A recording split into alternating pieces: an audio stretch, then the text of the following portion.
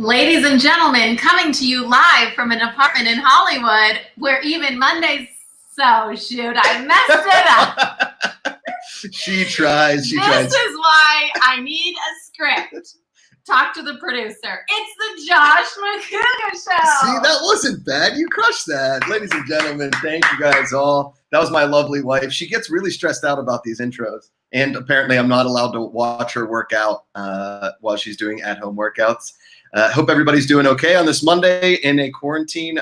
My guest today I'm really, really excited to talk to because we had never met and we got thrown into a live stream of a charity basketball game at the Mamba Academy, which is wild after everything that's happened over the last 6 months, of Quavos and 2 Chainz, I think. I can't even remember.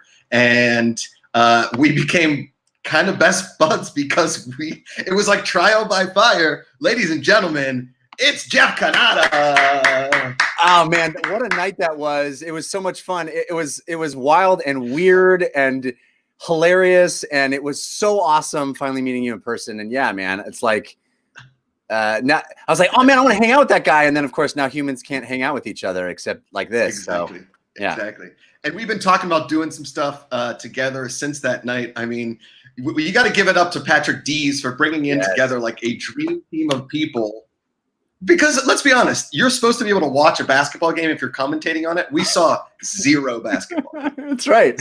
We saw an incredible amount of backs of heads, though. The backs of heads we saw that night. and I became best friends with Richard Seymour somehow. Yes, it was it. Yeah, wasn't it Richard Seymour? Was it Richard Seymour? No, it was a Patriot. It was a Steeler, wasn't it? No. He was a Patriot. It wasn't Richard Seymour. It was the other defensive back that was on the play when David Tyree caught it against his head. Yes. What is his name? Why can't I think of it? Mark Ellis remembers. Where's Mark Ellis when you need him? He's always on a live stream somewhere. He's always on a live stream somewhere. That was a weird night, man. We saw Snoop Dogg. Yes. We saw Floyd Mayweather. Yeah. Somehow Logan Paul got invited to a charity game. Logan Paul, who took the game way too seriously, I think. Yes. And it's amazing what steroids can do to the human body if you take enough of them quickly enough. Yeah. I mean, yeah. Really and truly. It really improves the old intellect, clearly. It does. It sure does. I've seen, I saw an interview with Edward Norton, who did a cycle of steroids to get that big for American History X back in the day. Oh, really? And he's like honest about that? He's just like, that's what I did?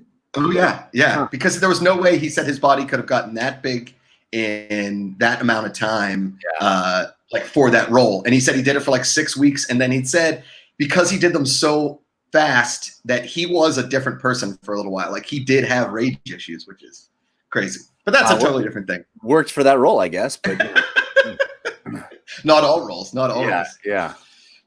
So weirdly enough, we have like a decent amount of mutual friends, like the guys at Kind of Funny and all that kind of stuff. Yeah. How did you get involved with them? How did you get to know those guys? Well, I've been covering video games for a long time. Actually, my first job ever when I was 14 years old, I reviewed video games for a newspaper. Many people probably don't remember what newspapers were, but wow. That was my very first job at 14. So I've sort of been in the 14 years old? Yeah. It's what newspaper? It was the Contra Costa Times in Contra Costa County, California, in Northern California. It's a crazy story. I don't have to tell the whole long version, but the short version is that I won this short story writing contest in 5th grade. Wow. And the newspaper came to my house to do like a local boy makes good type story. And since it was a writing thing, my dad, before they came over there was like, hey, would you ever want to be a writer? You clearly won this big award. Like, you want to be a writer? And I go, well, I don't know. And he goes, if you did, what kind of writing would you want to do? And I said, well, I would review video games because that's what I love. And so while the newspaper reporter was at our house, my dad goes, hey, you ever think of having a kid review video games for you for your newspaper?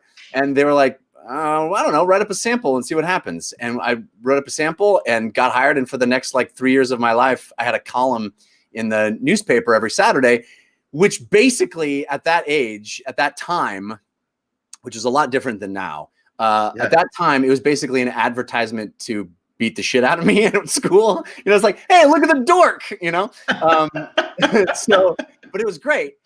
Anyway, I tell you all that because I've been in the video game world for a long, long time, and we did a show called the Totally Rad Show that started in 2007. That was kind of a lot like what Kind of Funny is doing now on a different scale. But yeah, so I've just sort of been in that world and met Greg and those guys all through doing that, and became friends with them. And yeah, it's a small world. Yeah. Oh yeah, for sure. Because I've never been a big video game guy. I always say that when video games went 3D and your guy had to move other than just going straight across, I was toast. Like my brain just didn't work like that. You only can handle 2 dimensions of video games. Beyond that, that's it. Yeah. That's it. Because when GoldenEye came out, do you remember? There are pinnacle games in your life, right? Sure. I feel like it's Mario Brothers, then it was, the Sega Genesis Super Nintendo when that battle happened. Yeah. And you had Sonic and you had Star Fox. But then when GoldenEye came out on Nintendo 64, that game kind of changed everything. That was it. Yeah, first-person shooter. This is crazy. Yeah. Yes. And I just couldn't get it. And we would have these tournaments in high school and then even in college where, we'd already graduated to the PlayStation, but the guys still had Nintendo 64s to play GoldenEye. Dude, I think I've died 30 times in a 10-minute game. I am that bad at GoldenEye and first-person shooter because I didn't know how to read the maps. I didn't know how to see where things went. But then getting to know the Kind of Funny guys, and my brother works in video games, which he's like, hey, would you want to try this game? And I'm like, I don't know if I'm really your audience, man. I can't really get it. But you were always kind of a video game guy. Yeah, I was. I mean, I'm a little older than the Kind of Funny guys, not a lot older, but a little older. And so my lifetime is basically the lifetime of video games, right? I was born in the late 70s, and I grew up. My dad brought home a computer, a PC. He had a Radio Shack TRS-80 was our first computer, and it blew my mind, and I had an Atari 2600, and so I was right there as video games became a thing, and I was obsessed with Pac-Man as a really young kid.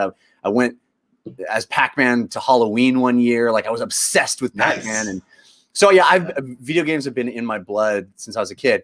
I also am not that great at first-person shooters. I play a lot of them, but I'm also 30 deaths. That's kind of still today. That's my norm. So nothing to be ashamed of. This is totally off subject, but you mentioned being obsessed with Pac-Man and dressing up as Pac-Man. You have to explain your child's obsession with sprinklers, and then I want to get back into yeah. Because this is hysterical. Yes, I have a 3.5-year-old son and a 2-year-old daughter. And my son, whose name is Jack, I don't know how it happened, but his favorite thing in the world is a sprinkler, that waters your garden or lawn. He knows every brand of sprinkler. He knows the types of sprinklers. Back when we used to be able to go to places, we would go to Home Depot as a treat. That was his reward. We would go to Home Depot, which to me is one of the worst places to go. It's depressing to me on a number of levels because I'm just not that handy a guy. I'm a nerd, right? So, but my son goes to the sprinkler aisle, and him looking at the sprinkler aisle is like how I was at the action figure aisle when I was a kid. Oh my God, I want that one, but I also want that one. And how could I possibly choose? That's how he is with sprinkler heads. He's looking at them oh, Dad, can we have, this was 180 degrees. And oh, Dad, look, the drip system. Daddy, drip system. I don't understand it. So we asked him what he wanted to go as for Halloween this last year, and he said a sprinkler. So my in-laws built him a functional sprinkler costume that had a little squirt thing that would shoot water at the top of his head. It was pretty wild. Are your in-laws engineers of some sort, or? Well, I mean, my much to my shame, my father-in-law, he's a former firefighter, retired firefighter, and just super handy. Yes, jack of all trades, can install anything and build, just like my own dad. Sure. I feel like all this has skipped a generation, and it's my curse that I never wanted to go and like build cars with my dad. I always my dad's greatest wish in the world was that I would just go out and like go in the garage and build stuff with him. And to me, I was just like, I want to be inside reading comic books and playing video games.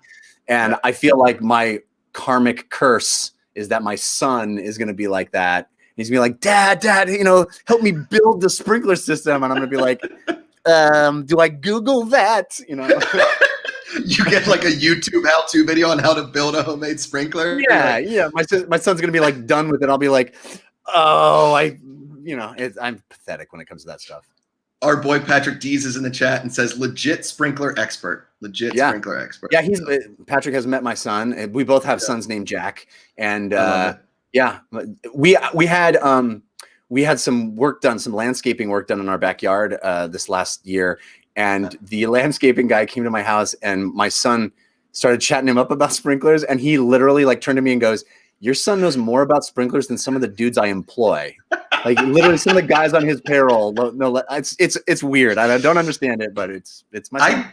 I think I DM'd you on Instagram like, this is the funniest thing I've ever seen, and I showed it to my wife. My wife got the biggest kick out of the fact that your son loves sprinklers. Like it is something incredible. He has like a favorite brand of sprinkler. You know, there's several brands, and it's Rainbird, and so he was very specific that he wanted Rainbird as the sprinkler that he dressed up as. So we posted it on Instagram, and we actually got a representative of Rainbird was like, hey, this got forwarded to me.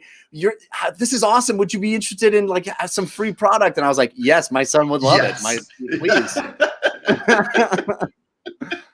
It's so funny, man. I come from a very similar line of my dad was not very handy. And then like my grandfathers definitely were. My grandfather on my mom's side was like Mr. Engineer. He was a contractor and everything in between. It definitely skipped my dad. My dad was like sit inside, read comic books. The only outdoor activity the Macugas do is mow the lawn and play golf. Like we're not campers. We are not like go out in the woods. And then I married into a family, and my in-laws have a ranch in Northern California, and my father-in-law like hiked the whole John Muir Trail. Wow. He built like he builds sheds. He takes care of horses. Like in the fall last year, I helped him chop wood. Dude, I couldn't sit down for like 3 days. I hurt my back so bad chopping wood, and I didn't want to act. Are you like? I didn't want to act like I hurt myself. Oh, I'm like my dad. Oh, okay. Yeah. So you gotta chop wood if you're in front of your wife's parents, and totally. You cannot wince or indicate that you've been injured in wood chopping. So for me, it is one of the sources of real shame and insecurity. Like because my dad is the kind of guy that like goes to a store and sees something for $12 and goes, I can make that, you know, like I'm not going to spend $12 on it, you know? And I am not that guy at all. I'm like, oh crap, there's something broken in the house. Let's call the man who knows how to fix it and pay him whatever he asks, you know? Can we get that delivered? Does he do like a delivery of that? Okay, great. But so also my in-laws, right? So I am so insecure about that. Do you have that like feeling of inadequacy? Oh yeah, because my wife doesn't necessarily trust me to do anything that could either one injure me or do something to the home that may, put a hole in a wall or something like that. Yeah. Like hang a television, anything like that. Right. TaskRabbit has totally changed that. Obviously in quarantine, we've kind of like my wife hangs the pictures in the house. She's got the hammer and the nail. Like, listen, I can do that stuff, but she doesn't want to trust me to do it. But yes, there is a certain sense of like, the most handy thing I've ever done in my life is I built a talk show set in my apartment that no longer exists, but I did build that. And I got to tell you, dude, it took me about 30 trips to Home Depot. No joke. Like back and forth. That's me too. I'm the guy. That's why I said like going to Home Depot is like a nightmare for me. It means I failed in some way because usually, I go to Home Depot. I'm like, okay, I need that. And I come back and I'm like, that's not what I needed at all. I got to go back. That's what happens every time. I'm looking for like a pipe, and he's like plumbing. I'm like, and plumbing is which island? He's like, the one you're in. Yeah. Gotcha. Gotcha. It is.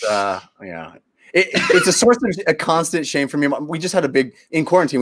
My wife and I just had a big fight because she's like, you don't want to do anything around the house. I'm like, I'm terrible at it. Yeah. I'm terrible. She's like, well, we can't hire people to do it. It has to be done. I'm like, but you married the wrong person. We just won't use that toilet anymore. That one is done forever. Okay? Exactly. It's gone. Forget about it. Wait until Jack is old enough. I'm sure he'll be able to fix it.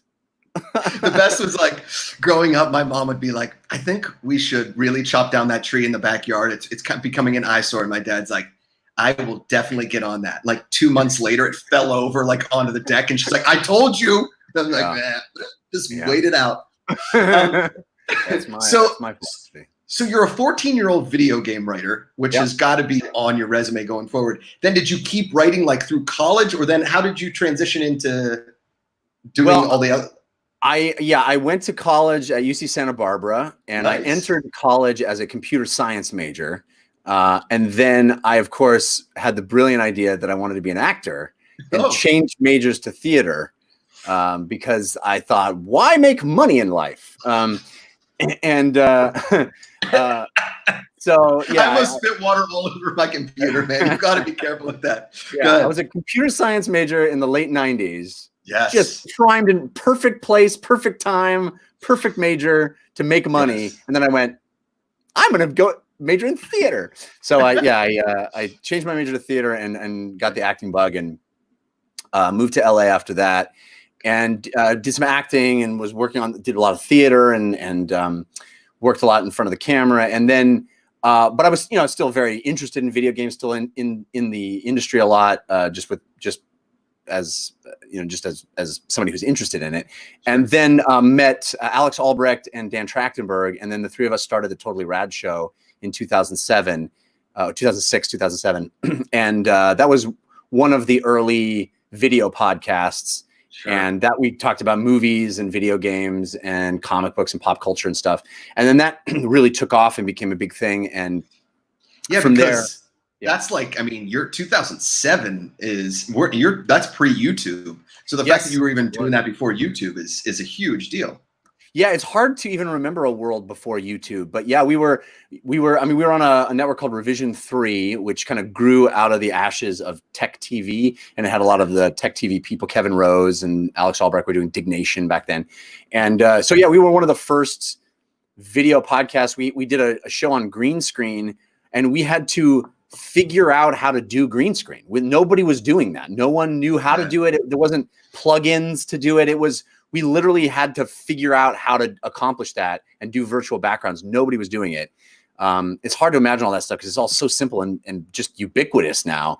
But yeah, the Totally Rad Show did really, really, really well. We did that for 7 years, and then that spun off, and I did a bunch of other video game shows.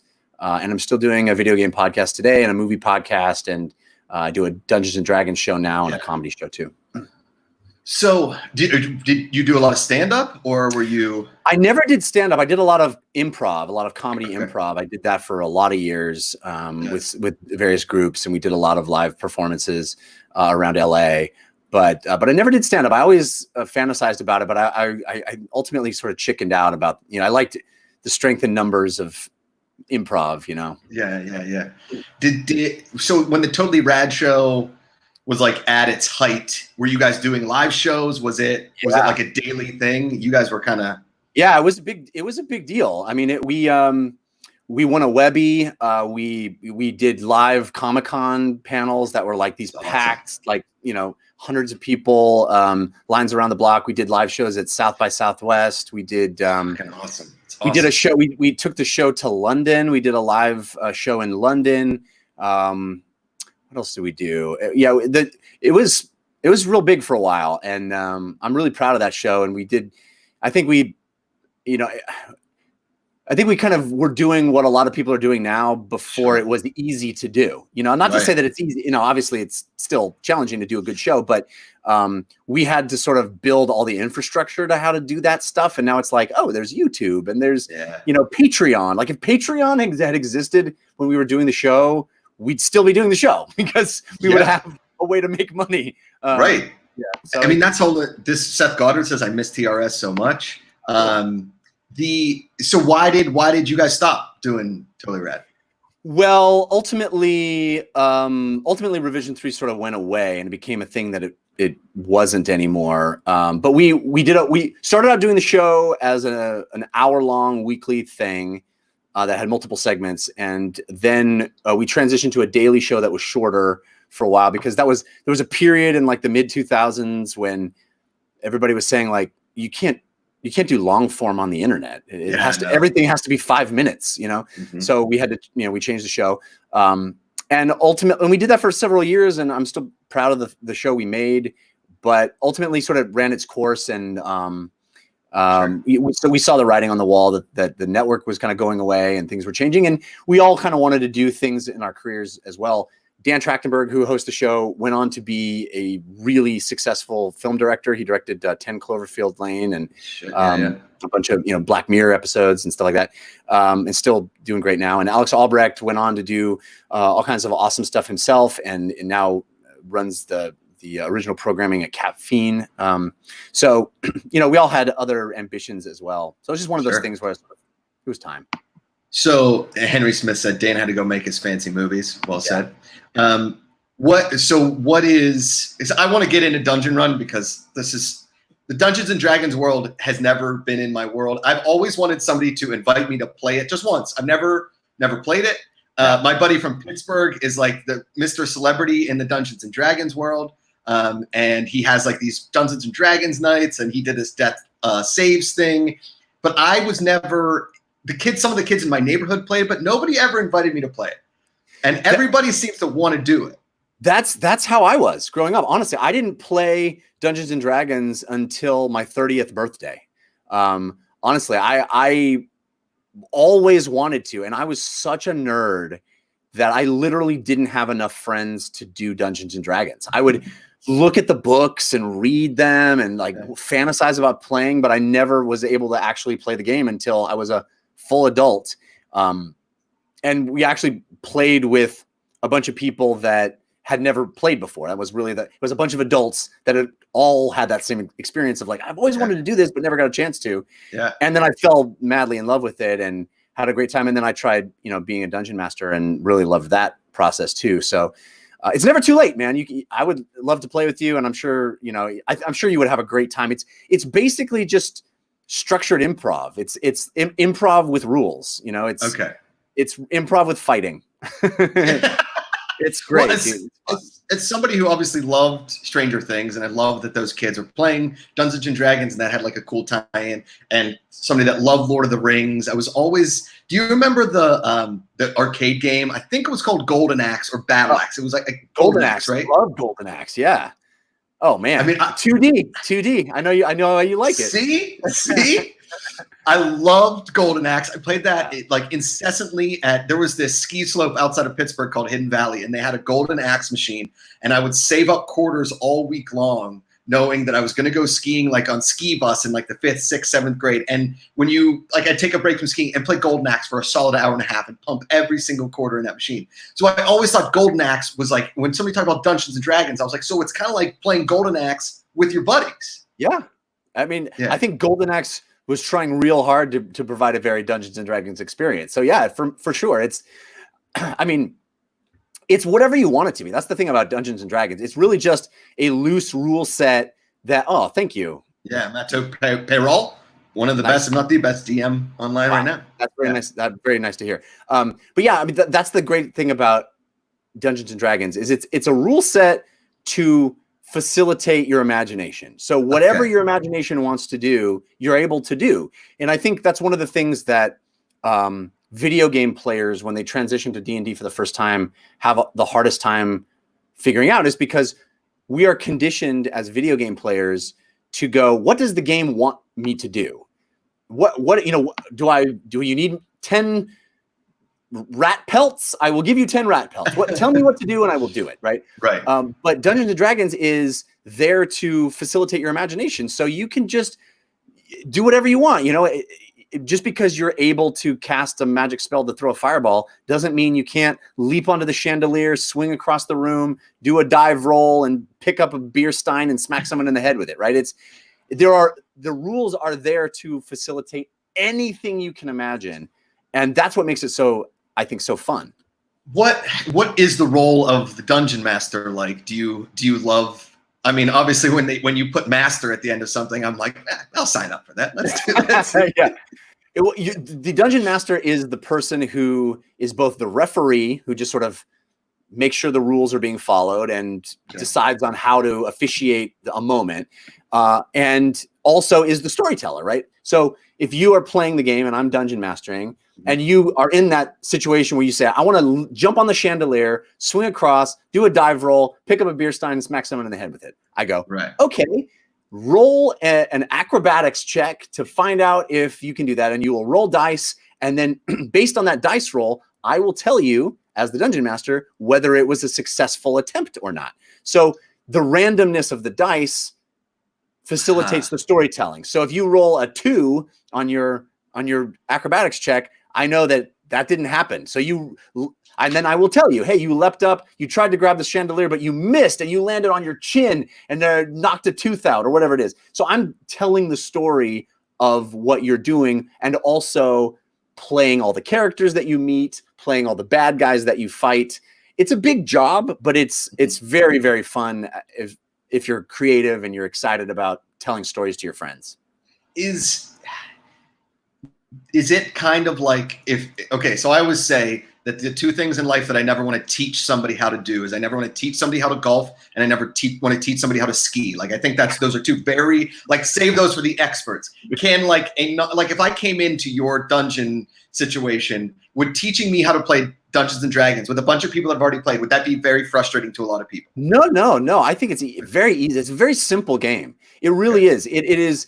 In fact, you almost need to know nothing in order to play it. Okay. You could sit down with me having zero preparation, and I'll give you a sheet that tells you all the information that you need to know about your character. It'll be a bunch of numbers that tell you your statistics for your characters, like how strong you are, how smart you are, how dexterous you are, how, all these different things, how charming. Dexterous is a tough word. I saw it there. I saw you. Dexterous is a tough one. It's a tough one. I just went for it and then it didn't come. But you'll have the sheet of information in front of you, and all you need to do is tell me. All you need to do is go into your imagination and live out the moment that I described to you. So if I say, hey, we walk into a clearing and there's a big scary monster, what do you do? Well, you can say, well, I run up and hit that scary monster, or you say, I try to talk to it and find out why does it have a reason to be here? Or you say, I try to hide so it doesn't notice me and sneak away. Literally anything you describe, it's my job as the dungeon master to tell you how that all plays out and weave the story from your decisions. This sounds like a ton of fun. And this is always why I said, when my buddy kind of described what he was doing, I was always like, yeah, I could definitely do that. I mean, I basically played Dungeons and Dragons in my basement by whacking my brother with plastic swords. Yeah. Like at all times. It really, it's just structured make-believe. It's really all it is. It was invented in the late 70s by some dudes that read Lord of the Rings and were like, man, wouldn't it be cool if we were in Lord of the Rings? Let's figure out a way to make that happen. And it was just one guy telling the story to his friends and going, wow, okay, you wake up in the morning and, there's a wizard there. Oh, cool. What does the wizard say? Well, the wizard says you have a quest. It's just make-believe. It's just that. I mean, how many of us got into a closet and read a book like it was the never-ending story, right? Yes. Yeah. We did that, Oh, completely. I mean, what you guys do on Dungeon Run, I did watch a 3-hour episode online. Oh, thank you. And I got a big kick out of it, man. And you like people are saying in here, you do a fantastic job as a dungeon master. Do you remember the show Deal or No Deal, when there was that bank with the banker, the silhouette of the banker? Do you know what I mean? And he'd answer and be like, ooh. Like, that's how I kind of feel like Dungeon Master is, but with a lot more personality. It's kind of, look, did he say that? Yeah, exactly. Yeah, that's not inaccurate. I love it. I appreciate you saying that. I appreciate you checking out the show. That's amazing. Yeah, of course, man. I'm very proud of it. We set about making the Dungeon Run as close to being a television show as we could. There's a lot of online D&D games that are very, very good, but most of them look like streams. And we set out to really try to make it look like a television show and have high production value and all that stuff. And I think we succeeded. Then COVID happened, and now we're basically doing a streaming show, but we're still really trying to create as high quality an experience as possible. And I think we're doing it. And there's the Critical Role is another D&D show. Was Dungeon Run your baby? Was this your idea? Technically, it was Alex Albrecht's idea. He brought me on to create the world that we're in, but he created the show. He brought together all the elements. He brought together the set designers and all of the cast and everything. He cast the show, and so he created the show. I invented the world and tell the story, and I write all of the story beats that happen. So it's I had a lot of creative input in it, but it's his baby, I think. Sean Patrick says the Dungeon Run is better than any TV show. Best show ever. So well, that's high praise. I appreciate it. Sean Patrick, thank you very much. And so do you guys have a Patreon? Do you have that set up where? No, we are on caffeine.tv / The Dungeon Run. It's a live streaming service similar to Twitch. And it is every Wednesday night at 6 p.m. Pacific time, but it's also available on YouTube and as an audio podcast. And it is completely funded by Caffeine. So knock on wood, they continue to let us make it. But so far, so good. Caffeine, the company, or caffeine, the drug that's put in coffee? Because I think caffeine's going to be around for a while. Yeah. Well, unfortunately, it's the company. So and they don't get any of the revenue of that of the drug. So damn it. But, yeah. Well, dude, first it was what a fun time. Somehow announcing a charity basketball game that we really didn't announce at all. Like we knew we didn't do any announcing. No, you were amazing, by the way. You were fantastic. I just sat there and sort of said snarky comments. Listen to you and Mark just kind of be amazing. But yes, it was a total treat meeting you guys and hanging out. And man, I hope we get a chance to not do something. Not commentate something else in the future. Yeah, and and like I said, man, makes me it's inspiring how you guys make a TV and like how you do this. It gets creative juices flowing in somebody like me. Not trying to steal an idea, but when I see it, I'm like, God, this is so effing good, and the way you do it is very impressive, man. So congratulations, it's awesome. I'm so grateful to hear you say that. Thank you. I appreciate it. Of course. And congrats on your show, man. I've been watching it. It's so fun. You're so charming and so good at it. It's really fun, man. It's gotta have been nerve-wracking to be like, I got this TV show launching and the world just came to an end. But man, I wish nothing but the best for you. I think the show's really great, really fun to watch. Thank you. Thank you. Wednesdays, 10 p.m. We got 2 new episodes. 2 more. So 2 more weeks of episodes, 10 episodes in the first season. Knock on wood, we get a second season. I don't know if anything is getting renewed right now because, again, we're in the middle of this pandemic. So, but I know that our first week of ratings, when I saw the ratings come out, we were up against every single news broadcast. And I was like, of course, we're not going to beat MSNBC. Yeah. Of course, we're not going to beat MSNBC. But the ratings have been getting better and better, and people seem to be really liking it. And I've got some very interesting people like reaching out to me about coming on a show or doing something like that. So I think, like any TV show nowadays, it takes a couple people to tell you to watch it, right? Yeah. And then somebody that you don't know brings it up, and then they start watching it. It becomes word of mouth. I mean, hell, people are watching Waco right now on Netflix. Dude, I watched that show 2 years ago on the Paramount Network when it was actually on TV. You know what I mean? Yeah. So it's a weird thing out there, man. It is weird, but you're right. There's so much content. There's so many things to take our attention. It does take, people being told about it. So I hope people check it out. I've been watching it and I've been enjoying it very much. Thanks, man. And I think it's fun for the whole family. I think your wife, your kids, everybody, because you do learn a lot. It's like, you learn and then you kind of get grossed out, or you're surprised that we actually enjoyed 1970s Pringles, something like that. Right. Okay, so we've got a little game. This is, I usually I have games that aren't one-offs, but this is clearly a very one-off game on the show. This game is called Cannata, Can't Nada. I like it. And I realized, and I told you this before the cameras were rolling, that Can't Nada is basically a double negative. So the game kind of doesn't make sense, but I went with it anyway. Can't Nada it means you can, but that's okay. Yeah, We're in correct. it. We're in correct.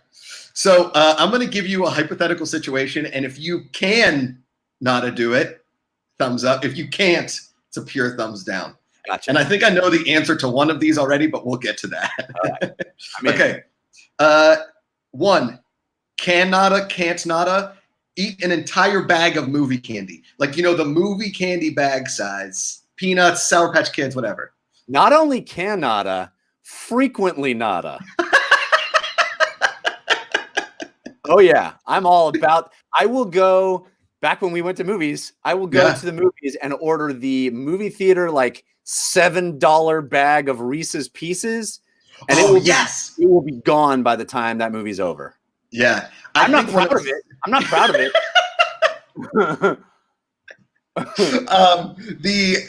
I used to. So I'm a big Reese's Pieces guy. That's my favorite candy. Because I'm like not technically allergic, but I'm told not to eat chocolate because it really messes with my stomach. So anything that wasn't chocolate, Reese's Pieces, Sour Patch Kids, and some of my favorite memories are going to a movie, eating Sour Patch Kids, and part of my tongue going numb from the amount of sugar that hit that tongue. Yes, I've definitely been there. I've had that whole numb sugar tongue thing. The other thing that I love having at movies now, and a lot of people go, ew, but I will eat the living hell out of a giant box of Good and Plenty.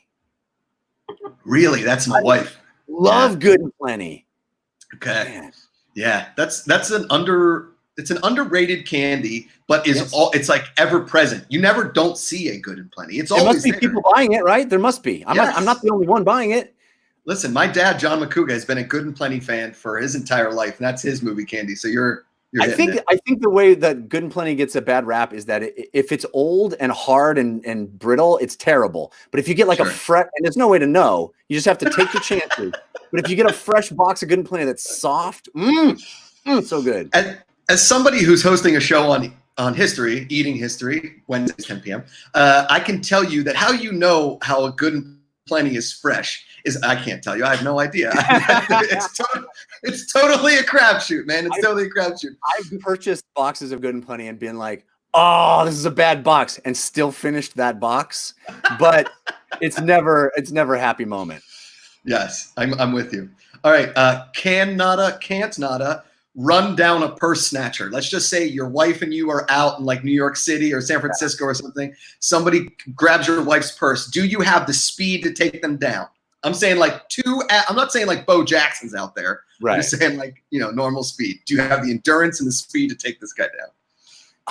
At the risk of sounding less than humble, I do think I could. I think I can not do that. I think I'm a runner. That's how I exercise. I've run 7 marathons and I'm a runner. Whoa. So I think I could outlast them, if not speed wise. I'm not as fast as I once was, but I think I could just keep going. And then 23 miles later, he's got to run out of gas, and I'm still there. 7 marathons. Which marathons? Really, almost purely the LA Marathon. I've run 7 LA marathons. I did a couple of Ragnars and some triathlon and stuff like that. So I'm into the endurance stuff. Did you run in high school or college? Were you like a track? Did you run track? No, I didn't. I didn't do any of that.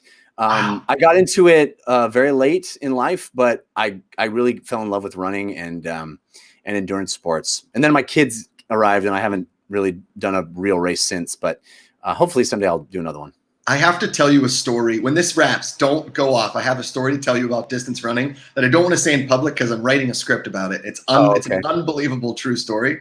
But my dad was a cross country runner, high school and college. And so he was a long distance runner all those years. And I swam. So I was a swimmer. And something about when you grow up, like your formative years, like adolescence in a pool, you lose all terrestrial ability. So when I got back on land, I was so slow, Jeff. I don't know what happened. I was gone. Did you have webbed feet all of a sudden, though? All of a sudden. I look like Jason Momoa. When I did my triathlon, I had to learn how to swim. I know how to swim. I grew up with a pool in my backyard. I know how to swim, but it's a completely different thing to like swim for distance, to actually swim at. Yeah. I realized I had no idea how to swim, and I had to actually go with a coach and learn how to swim because we were swimming in the ocean for the triathlon and everything. It was such a learning experience. It was wild. Yeah. And ocean swimming is really tough because you're dealing with currents, you're dealing with water temperature, you're dealing with waves, and like, swimming in a pool is easy. When you get into open water, it's a totally different sport. 100%. Yeah. And also in an experience like that where there's people all around you, it was wild. I only done it once. It was great. Yeah, it was cool. Okay, so Cannata, can't nada. In this quarantine time, I'm seeing a lot of this online. Give your wife a haircut. Can't nada. No way. There's no universe. My wife has, first of all, great hair. Yeah. Second of all, very much cares about how her hair looks. So that is a recipe for disaster. I would be so nervous. Also, no idea how to do it. I mean, I could watch some YouTube video and attempt, but ooh, I'm also left-handed. So I've had a lifelong hate relationship with scissors. Yeah. So I just, this is a recipe for terrible things. I told my wife, just put it in a ponytail and I cut the end of the ponytail off. Isn't that how it works?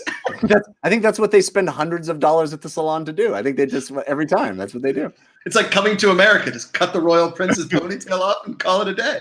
But the other way around may very well happen. The wife cutting my hair, she has said several times, and I don't know, are you doing that? I've been cutting my own hair since I was probably like a sophomore in college. For real? Yeah, just a 2 on the sides and like kind of trim the top a little. But I've had the same haircut for 25 years. So good for you, man. Yeah, good for you. Yeah. I saved like $30 a month, for your whole life. That's amazing. Here's what happened. Here's how it happened. Is I went to a Supercuts in college. I went to school at Penn State, middle of nowhere, Pennsylvania. Huge school, obviously, but the only barber in town was the Supercuts. And I said, hey, and I had this long hair at the time. It was kind of like my hair doesn't grow down; it grows out. It's like real Jew fro-y mullet kind of situation. And so I told him, I was like, hey, if you could just cut the back of my hair, like cut the mullet away and leave the stuff on top, and I wanted to like grow out a little bit. Yeah, I thought it was. I honestly, Jeff, what I thought was I was going to look like an Italian soccer player. Like I was going to look like Roberto Baggio or something like sexy like that. Right? Yeah, of course. And I don't think he heard me, and I wasn't paying attention. And he gave me a mullet. So he did the opposite of what you said. He cut the top and let the back grow. Correct. Yeah. I was like, dude, did you? You know what? Never mind. And then from that point on, I was like, I can just cut my own hair. I'll figure it out. And that's what I did. I don't want to get off on a huge tangent. I know we're in the middle of our game here, but I think I have long thought that we as a culture do not talk enough about the conversations that need to happen to communicate a haircut to a haircut professional. Not something you need to deal with anymore because you've figured out a loophole in the system. But I have never, ever felt confident that I could express what I want to a hairstylist. I sit in the chair and they go, okay, what are we doing today? And then I always say the same thing. I'm like, well, I just kind of want to trim, like short on the side. And I never know what to say. I want what I want. What I've always wanted is for me to sit down and the hairstylist go, shh. Yeah. I know exactly what you need. That's what I've always wanted, but it never happens. This is going to be so nerdy. In Harry Potter when the Dumbledore takes that wand and like pulls your thought out and like the pensive or whatever. The pensive. Yeah, the pensive.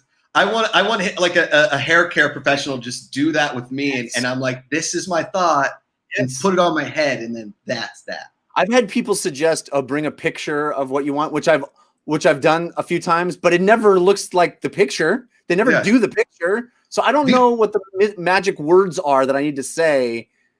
I just figure they're going to do what they're going to do anyway. What's my input going to do? The only haircut in history that you could have gone to the stylist and say, I want this, is the Rachel in the late 90s. You could have just been like, I want the Rachel, and that's it. Other than that, we're toast, dude. We are totally toast. I agree. Yeah. I don't know how people do it. Okay. Cannata, can't nada. Name every teacher you had from the 1st grade through 12th grade. Can't nada.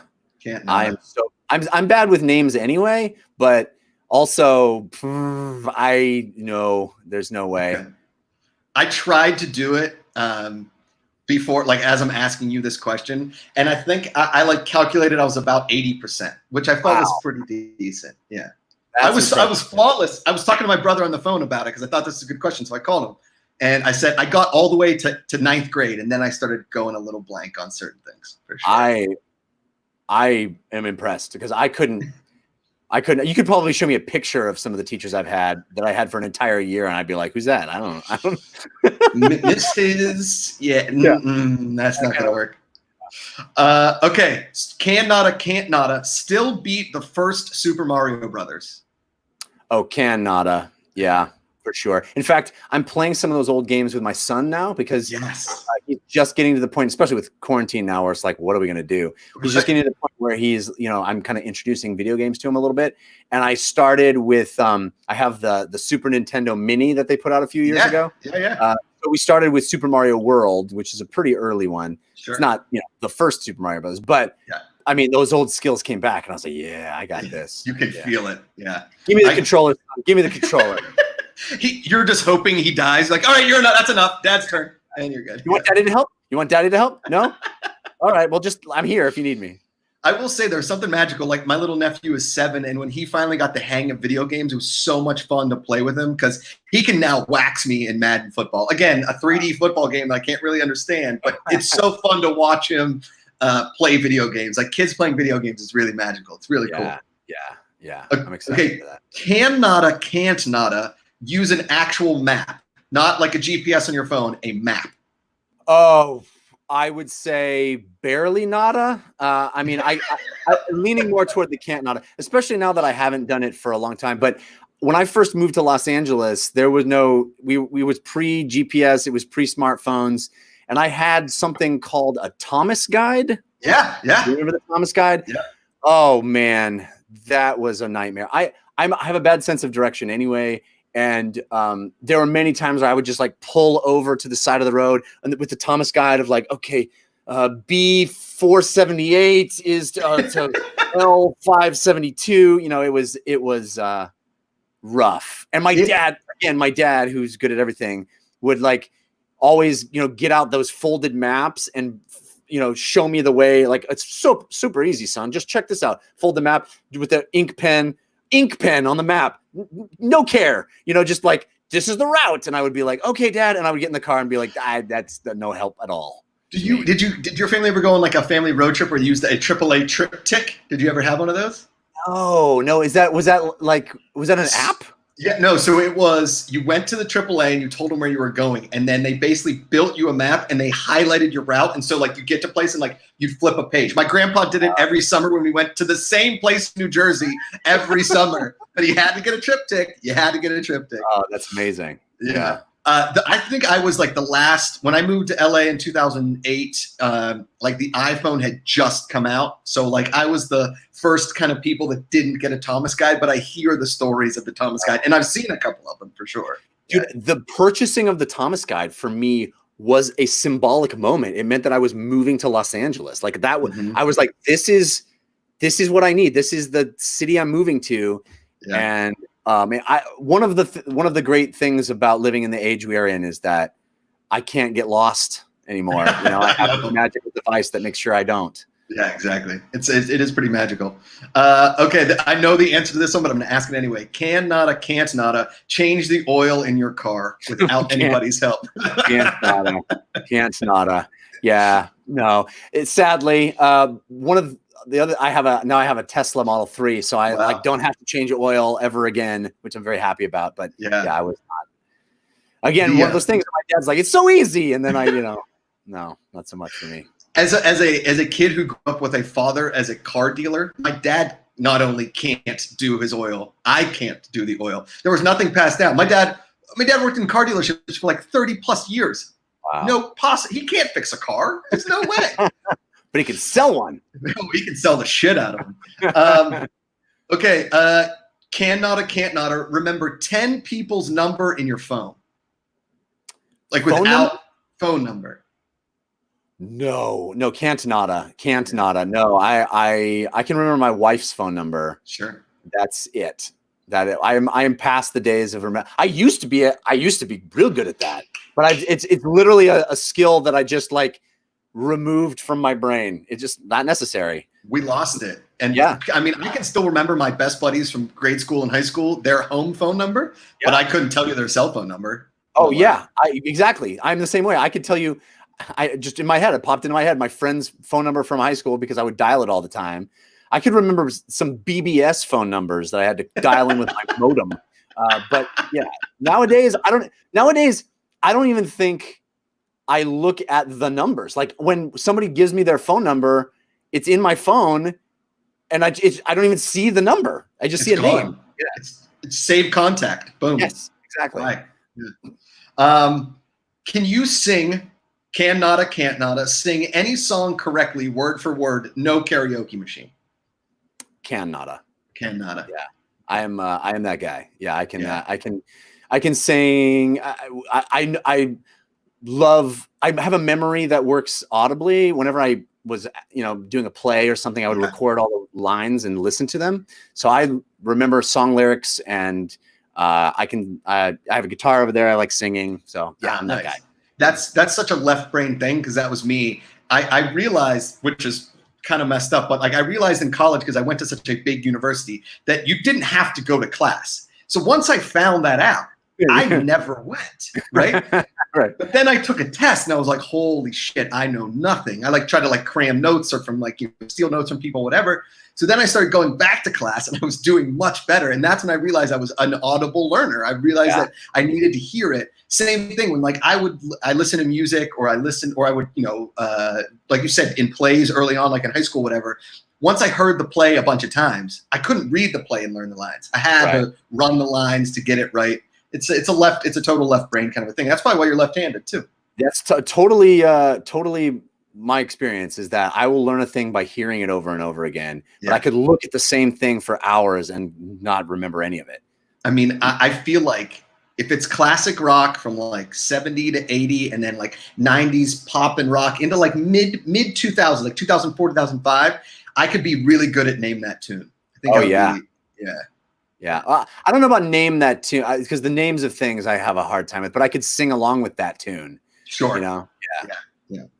All right. Cannata, can't nada. Cook a chicken without drying it out. Cannata. In fact, don't tell my wife. She knows this though. She not the person to cook the chicken in the house. You know what I'm saying? You know what I'm saying? She can't hear me, right? Is she standing right behind me? She's standing right behind me. Appeared. We have many times. She is very worried about the salmonella. Yeah, like so worried about it that she just destroys the chicken. She just dries it, so because there's a tiniest bit of pink, and I go, honey, that's how it's supposed to look. That's the juicy, delicious part. Yeah, and it's not. No, I need to cook it for like 5 more minutes. No, I'm taking mine off then. Yeah. So yeah, I'm the guy to cook the chicken in the house. I think that's an Italian man thing. Like, I cooked with my mom all growing up, and I learned early on how to use the grill and because my mom is an amazing cook in certain things, but when it comes to meats, same as your wife, same as my wife, just cook it until it's so done that there's no taste left in it, but at least we're not getting sick. Right. Yes. Yeah. She would rather eat cardboard than get sick. And I would rather, I'm like, you know what? I'm going to risk it because it tastes so much better. So good. So good. And I always tell her, you take it off the grill, it's still cooking. It doesn't magically stop cooking when you take it off the grill. It is still, Dude, listen, I run the kitchen. It's a situation. It's a situation. All right. And finally, Cannata, can't nada. You get 10 tries for the claw machine at an arcade. Can you get something? Okay. 6 months ago, I would have said can't nada. Okay. But for the first time ever in my life, my son and I were at this place near our house called Kids Empire that had one. And he was like, Daddy, can I do it? And I was like, you're never going to, okay, fine, whatever. I got a quarter. Let's do it. And he's like, Daddy, can you try? And I got it. I think it was literally the first time in my life I got it. And it was such a bigger deal for me than it was for him. He's like, oh, cool, a stuffed animal, throws it behind him, But for me, I'm like, I did the thing that I've never been able to do in my life. So So I feel like I really turned a corner into Cannata on that one. Well done. I've never successfully done it. That's why I put it in the questionnaire here, because I mean, I tried every time, and I know it's a ripoff. Yeah. It's one of these days it has to work. Maybe Jeff, maybe in a couple of years I'll be with my son or my daughter. I don't know if I'll even have a kid by then, whatever. But we'll be going. She's like, Dad, try this. I'm like, and that'll be the day. Maybe it took a kid to get you to win the claw. Maybe that's what it was. Maybe it was me not caring. That was the first moment where I was like, well, this isn't, I'm not doing this because I want to. I'm doing this to show you how futile this is. Here we go. And then I win. And now my son thinks you just get a prize every time you do this thing, you know? You started him off too hot. Now he's going to get real cocky. Yeah. Okay. Cannata. Jeff, you've been awesome. This has been a blast. Let's do 3 minutes of rapid fire questions. All right. Set my timer here. I hope you've had a good time. I've had a blast. My God, it's been a blast. I don't want it to end. Good. I feel, yes. Good. We'll put 3 minutes on the clock. If you don't want to answer, the question, say pass. Let's try and get through as many as we can here. If I like happen to time out on the feed, I'll stop and let me know. Okay. In 3, 2, 1. Here you go. What celeb would you want to speak at your funeral? Oh my gosh. The Rock. Oh, good one. Pancake or waffle? Pancake. Tater tots or French fries? French fries. You ever been kicked out of a bar? Have I ever been kicked out of a bar? No. You let out a smelly fart. Do you admit it? You ignore it? I ignore it. Fish or yeah, you do. Fish or chicken? Fish. Chicken or steak? Chicken. Ever been caught having sex by your parents? Thank God, no. Beer or wine? Wine. Have you ever painted a picture? I have. It's not good. Mozzarella sticks or fried calamari? Oh, hard one. Calamari. Okay. Have you ever called into a radio station and won concert tickets? No. Did OJ do it? Hell yeah. Most money you've ever spent on jeans? $100. Yeah, I'm right there with you. Do you floss? Yes. Go-to karaoke song? Copacabana by Barry Manilow. Good one. He came to my high school to do a rehearsal of a musical. I swear to God, dude. Wow. Crazy. Yeah. Dude, I'm like secretly a big fan of his, and I'm using up my time. But that song kills at karaoke. Go. It's a good one. Do you pee in the pool? No. Do you pee in the shower? Yes. Jeopardy or Wheel of Fortune? Jeopardy. You ever stayed friends with an ex? Yes. Should Hawaiian shirts be worn outside of Hawaii? No. Do you have any tattoos? I do not. Would you rather own a boat or a motorcycle? A boat. Olive Garden or Outback Steakhouse? Olive Garden. For your family. Would you feel okay naked in public? I don't think so. Depends on where. Can a guy with chest hair wear a deep V? No. Speaking of someone who has no chest hair, no. Somebody who has all of the chest hair, I also say no. Oprah or Obama? Obama. Sweet or salty? Sweet. Babies or puppies?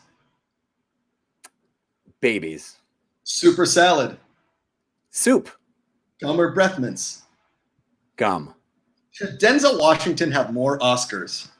Yes, you should have all of them. When did you stop watching MTV? Oh, that's a great question. I don't know. I guess when I moved out of my parents' house, I don't know. Batman or Superman? Superman. If heaven were a place on earth, where would it be? A jacuzzi. I don't know. Well said. What was your AOL screen name? I think it was Jay Cannata. I think it's boring. Man. Super boring. Can you name all 50 state capitals? No. Corn or flour tortillas? Flour. Do you get cars? Me too. Do you get car sick? Sometimes. If you could tell your 16-year-old self one thing, what would it be? Buy Apple stock. Very well said. Very well said. You still own CDs? I do. Do you still own cassettes? I do. You still own VHS tapes. I do. I have no way to listen to any of them though, or play any of them. Me neither. They're just taking up space. Finally, the last question. We have like 2 seconds. If your best friend married your ex-wife, would you go to the wedding? Yeah, I would. Yeah, I think I would. Jeff Cannata, everybody, dude. Thanks for being on the show. What a fun time. Oh my gosh, a blast! Thanks for having me. What a great fun thing. Thank you so much. And stay around. I have a story to tell you after this is all over. Just tell the people where they can find you before I let you go. Sure. I'm on Twitter at Jeff Cannata. That's spelled with 2 N's and 1 T. You can hear me talk about video games on DLC, 5x5.tv/DLC. Movies at the /filmcast, /filmcast.com. I do a comedy science show called We Have Concerns. You can find it at wehaveconcerns.com. And the Dungeon Run is, you can find it by searching for the Dungeon Run. Love it. Jeff Cannata, everybody. Dude, thank you so much. I didn't get a chance to bring up the San Francisco 49ers, but Joe Montana, maybe the best quarterback all time, is from Pittsburgh. So there is that. I would just remove the maybe part. There you go. There you go. Jeff Cannata, thanks, man. Appreciate it. Thank you. All right, that was Jeff Cannata on the Josh Macuga Show. Thank you all for tuning in. Make sure you guys check out Eating History this Wednesday. Brand new episode, 10 p.m. on the History Channel. And one new episode this week, one new episode next week. And then that's it for season 1. I can't thank you all enough for watching the show. At Josh Macuga, Twitter and Instagram. Thank you all for tuning in. More episodes coming up soon. I hope everybody stays safe. Remember, it's way more easy to be positive than negative, way more easy to love than hate. Take care, everybody. This is that awkward part where I just stare into the camera as the broadcast ends.